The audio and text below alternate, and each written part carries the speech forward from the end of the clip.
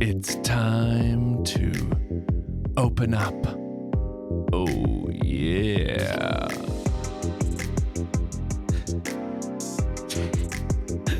It's time. It's time. Oh, it is. To lean on your friends. Nice. It's time to be vulnerable. Ooh, that's right.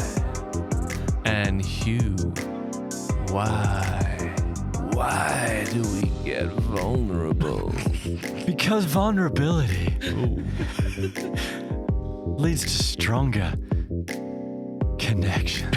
Oh, that's right, baby. The Imperfects are getting Vulny.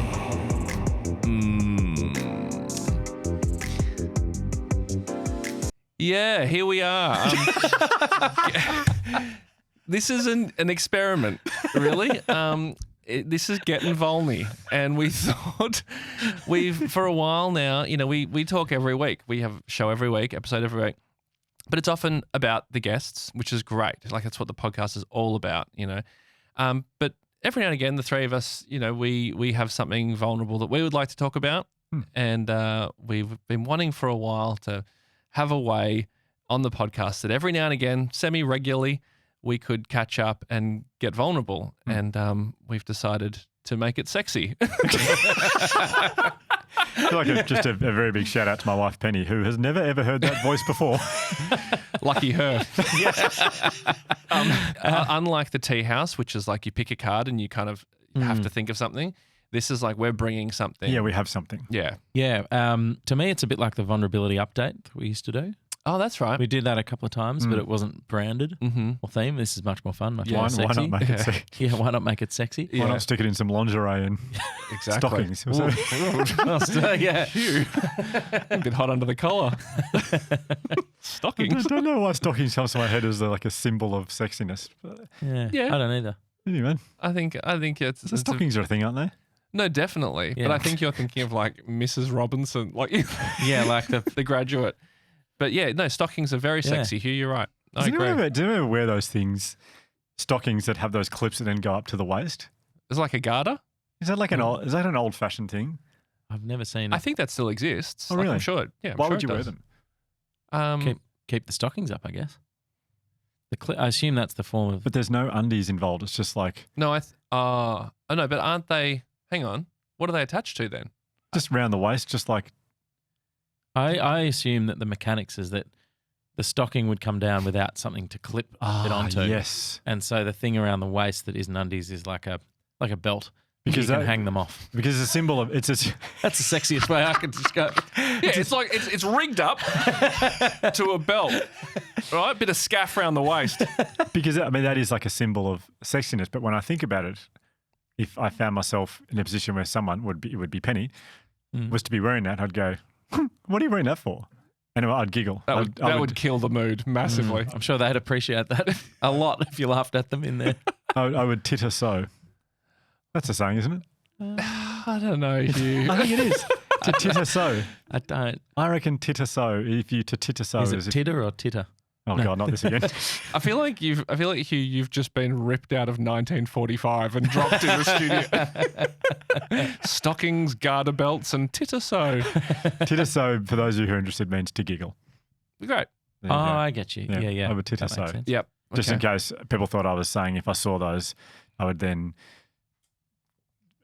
Say no more, Hugh. So we are getting Vulny. Yeah. Josh, you wanted to get Vulny about something. I did, yeah. I want to get Vulny. Is that what? Do we say that? Yeah, of course. Get Cool. Vulny, baby. And this is like also, we're always trying to encourage people to get Vulny. Yeah. And you can get Vulny at home. You can get Vulny at work. Yeah, perhaps you're feeling vulny. Oh, I feel a bit vulny. Yeah. I think I've got a Vulny. Anyway. Okay. Josh. All right. So, my Vulny. So it's a bit of an update on something that has been in the show before. It's going back quite a few eps now, but I originally shared a story in which I had some lyrics that when I was trying to write songs when I was younger, and they were ridiculed at a party, and it stopped me writing lyrics for many, many years and trying to write songs, and it sort of, killed a bit of a Dream. A dream, yeah. And off the back of that, for the live show, when we were developing it, we came up with the idea that it might be a good act of vulnerability for me to try and write a song for the end of that show. I wrote the song. It was bloody hard and unpleasant to do so, but I wrote it and performed it, and the experience was one of the best things I've ever done. The show in general was one of the best things I've ever done, but being able to stand up there and write something and perform something I was actually genuinely proud of as in itself, but also just proud of the fact that I did it, felt incredible. Then we recorded the song and released the song, and that was just one of the most incredible experiences of my life. Putting that song online and getting the feedback that I got from people, I found so overwhelming. I have to the point where I ended up turning off my Instagram because I found it too much to get. I couldn't handle that much praise, which is I cannot weird. relate. But I'll never. I mean, I don't think Hugh or I or Bridge will ever forget. Like when we were rehearsing for the live show in a hall. And it sort of came to the day where you needed to play the song for us for the first time, and none of us had heard it before. Or maybe had Bridge heard it? Or? No one. No one had heard it. Everyone, Yeah. And you played it for us, and because of course, like I've got full faith in you, but I've never heard you play original song before. And I'm like, God, I hope I love it. Like I hope it would have been, because you never want to have to, fake it. And I was so excited for you because I was like, this is it's an incredible song. And I was just so excited for you that you'd like done it. It's like that feeling of accomplishment when you make something that you just like created from nothing. It was so cool. And thank you. And but the way that kind of worked, I didn't write it. Like I tried really hard for months. It was very painful. And I think like 2 weeks out from the show or something, I didn't have a song. And it was like the pressure, now I have to do this. And I did it, and it was great. And I felt like, oh, this is a new me. This is a person who I'm reluctant to use the word because I don't want to lie to other people, but in my case, this is someone who has the courage to do something that feels a bit bold and a bit hard and push through. I'm no longer the person that hides behind many reasons to not pursue something that I love. And then a few people at the time said, are you going to write more music? And I said, yeah, I definitely will. It's a bit tricky at the moment with kids, but I can't wait. Like I feel like I'm excited to try and write some. I've got a few other ideas from the preparing for the show I'd love to explore, and that was exciting. Particularly because you've now said that you're going to write a song, and then you did. Yeah. So now I imagine it's sort of like you've got to be careful with with your words. Like when someone says you're going to do more, you probably go like, "Yep, I could, but I don't want to put a date on it." Yeah, absolutely. Yeah. So there was a bit of trepidation, and I'm also debating this thing in my mind all the time of like writing that took a lot of energy and time, really, and it took time away from my family to do it. And so I was also thinking, well, that was good, but maybe right now in your life is not the time to be doing that because I put a lot of pressure on myself, probably too much, to be a really good dad and really good partner. And I've for whatever reason, I've got this dialogue in my head. Any time I take away from the family for anything that's for myself is selfish and wasting, not just selfish, but also wasting the precious time I'll have with these kids at this amazing age when they're young, that you only get a certain amount of summers and chances to spend time with your children when they're young. And I feel like if I sit in a room for a day trying to write something and nothing comes out, then I've just wasted one precious day that I could have had just with them. But then it sort of started to occur to me that I think I'm using that as a bit of an excuse to not write because I'm scared of not being able to write another song, or it's quite an unpleasant process to do it. Or I found it quite strangely unpleasant, but then just a really... It's also kind of like checkmating yourself. It's kind of giving yourself an ultimatum that it's like not even you can get past that excuse. Yeah. It's like, the ultimate excuse. It's like, well, what are you going to not spend time with your kids? And that it sort of feels like an impossible barrier to cross. Absolutely. Yeah. And so up until now, I haven't really, apart from playing and preparing for the live show, I've picked up a musical instrument like twice, I think. And yeah, so I just haven't gone down that path. And then I started to get really flat on myself. I thought, why aren't you one of those people that can just motivate yourself? You do want this. Like you do, you enjoyed the feeling of creating something and not just being on a sort of daily process of work, kids. There was something else that you love doing there. And I started to really have a go at myself. And there are people out there like Ryan or Hugh, to be honest, who are so motivated to do things. Like Ryan's writing a TV show. Hugh's got about 10,000 things on at once and has never lacked for motivation to work harder and do things and put things out in the world. You're one of those people that just doesn't do it, and you don't have the self-control, the motivation, the discipline to do it. And I was having a bit of a chat to Bridge and thinking about it a little more, and it just sort of hit me one morning when I was coming into work, like maybe rather than having a go at myself, I should actually just be realistic with myself and say, well, you're not a person that can just work away at stuff without a deadline. You need a deadline to do something, to actually get something done. And so I thought I should be publicly accountable for this deadline. So my Vulny is that I'm going to do a gig later on this year in December. I have got a massive Vulny.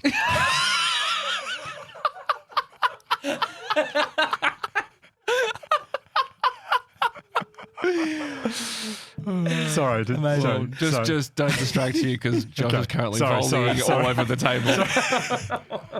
Sorry, we'll cut that back. Oh, that's where the line is. Cool. just checking.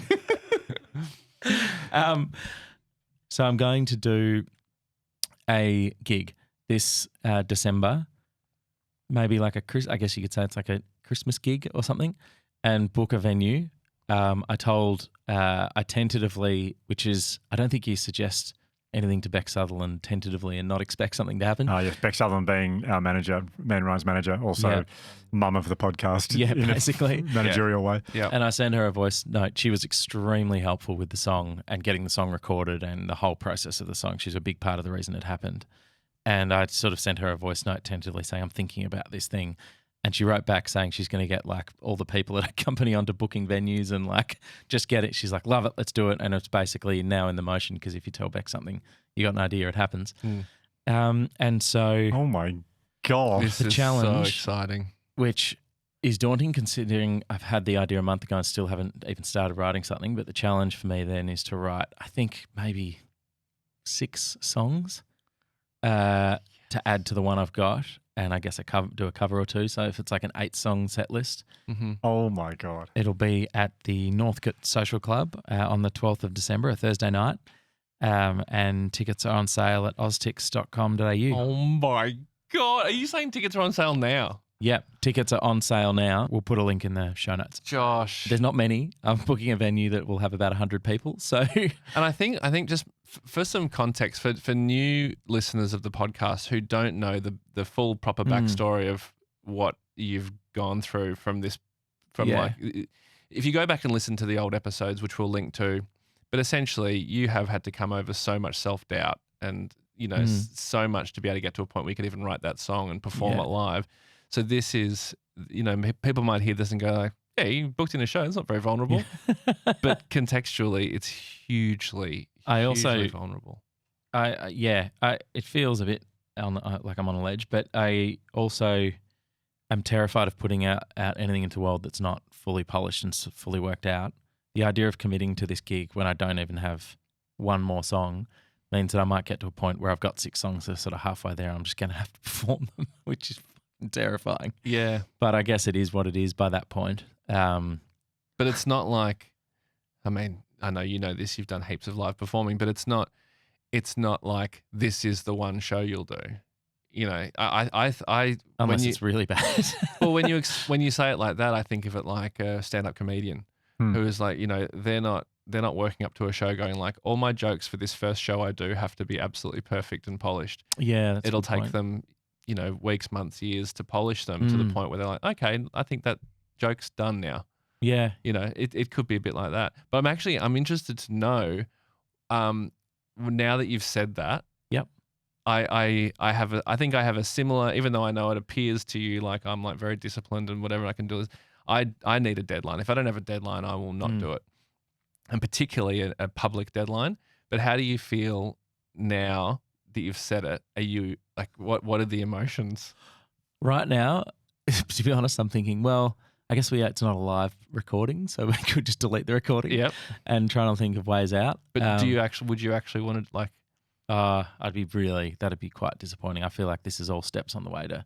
Yeah. I was writing down before some thoughts about this whole thing, and was it James Clear who was on here about moving in the direction of the person you want to be? Mm-hmm. And I feel like this is baby steps into the person I want to be, because I think You're casting a vote for the person you want to be. Yeah, and I'm trying to reconcile it with the kids thing, in that in 20 years to come, 20 years or less, I guess, if I'm talking honestly with my kids about stuff and they came across that song and they were like, oh, that was pretty good, like, why didn't you do more? Oh, I would hate to say, because I was too scared to. oh, Josh, that is the best thing. My head's going to like this show. I'm like, do you have a name for it? No. You'd I call it. thought my name would be a pretty good, pretty good start. I think the show could be called Good Question. That's the band. It's true. Good So question. you'll be playing. So it's an 8-ish track. Yeah, I guess so. Yeah, it's a set. I don't know how many numbers, but it will have to fill out a set of music, and Yeah. it can't just be covers. I think it needs to be 80% original. Are you thinking you'll have a band with you, or you I'd think love to, but I Mm. don't really have a band, or I'm sure you so can I'd rustle have up to some pull. people. You pull know some together a dudes. band. I know some Music dudes. dudes. Yeah, I can slap the bass if you're Can interested. Yeah, I'll give it a go. Yeah. I'd love to play bongos, the bongo drums. I've always thought that's it. Yeah, Every time I go to Byron Bay and see people sitting by the beach playing them, I'm like, I want to do that. yeah, You know- interesting. Cool. Yeah, that's good. Yeah. Yeah, no, I kind of know what you mean. If you could write some bongos in somewhere, I've got Yeah. Yeah, a few months to it's practice. cool. That's He's a good reason raring to to put go. bongos in. Yeah.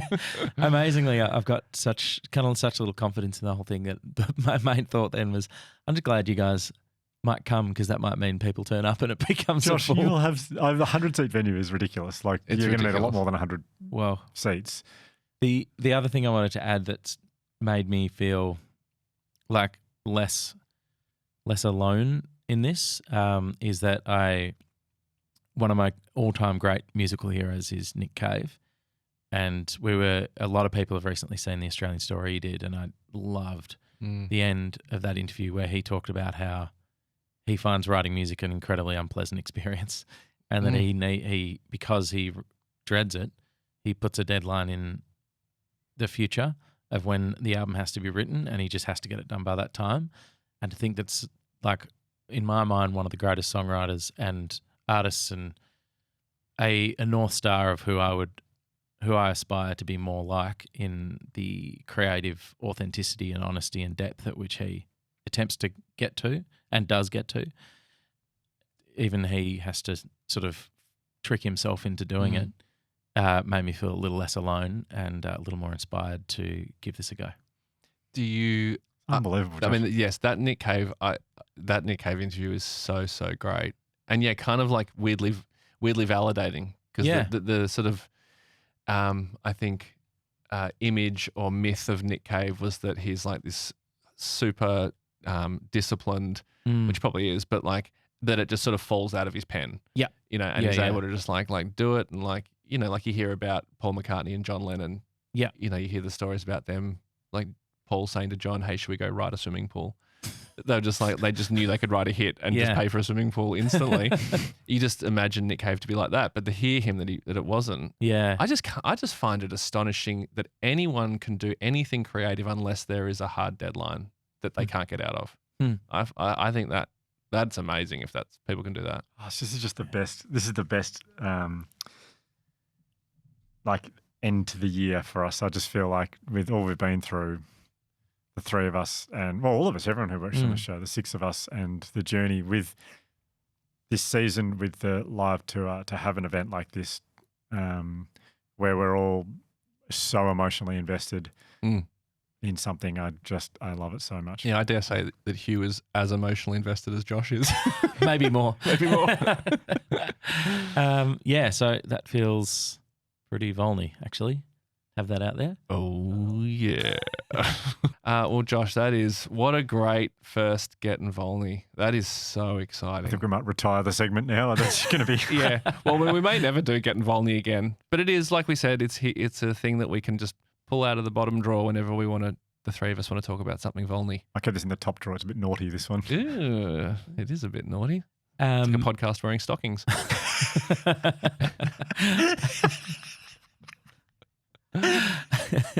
I should probably say, I guess, if you want to come along, tickets are in the show notes and also on Instagram and everything. Yeah. Yeah. I hope you're willing to add extra shows, Josh, because people are going to want to come. In all seriousness, I knowing you the way I know you, that is extremely vulnerable, and I am so impressed and so in awe because I know this is a very big deal for you, and I cannot wait to be there. Mm-hmm. I'm going to be selling merch. I don't know, Josh, Same. wigs or something. I don't know. Josh wigs. I would buy that, obviously. And I'm so proud of you, and I love you so much, and I can't wait for that. Thank you. Thank you. So exciting. Thank you for listening to Gettin Vulny. Good luck, Josh. Slap that bass. Take your stockings off or leave them on. That's enough.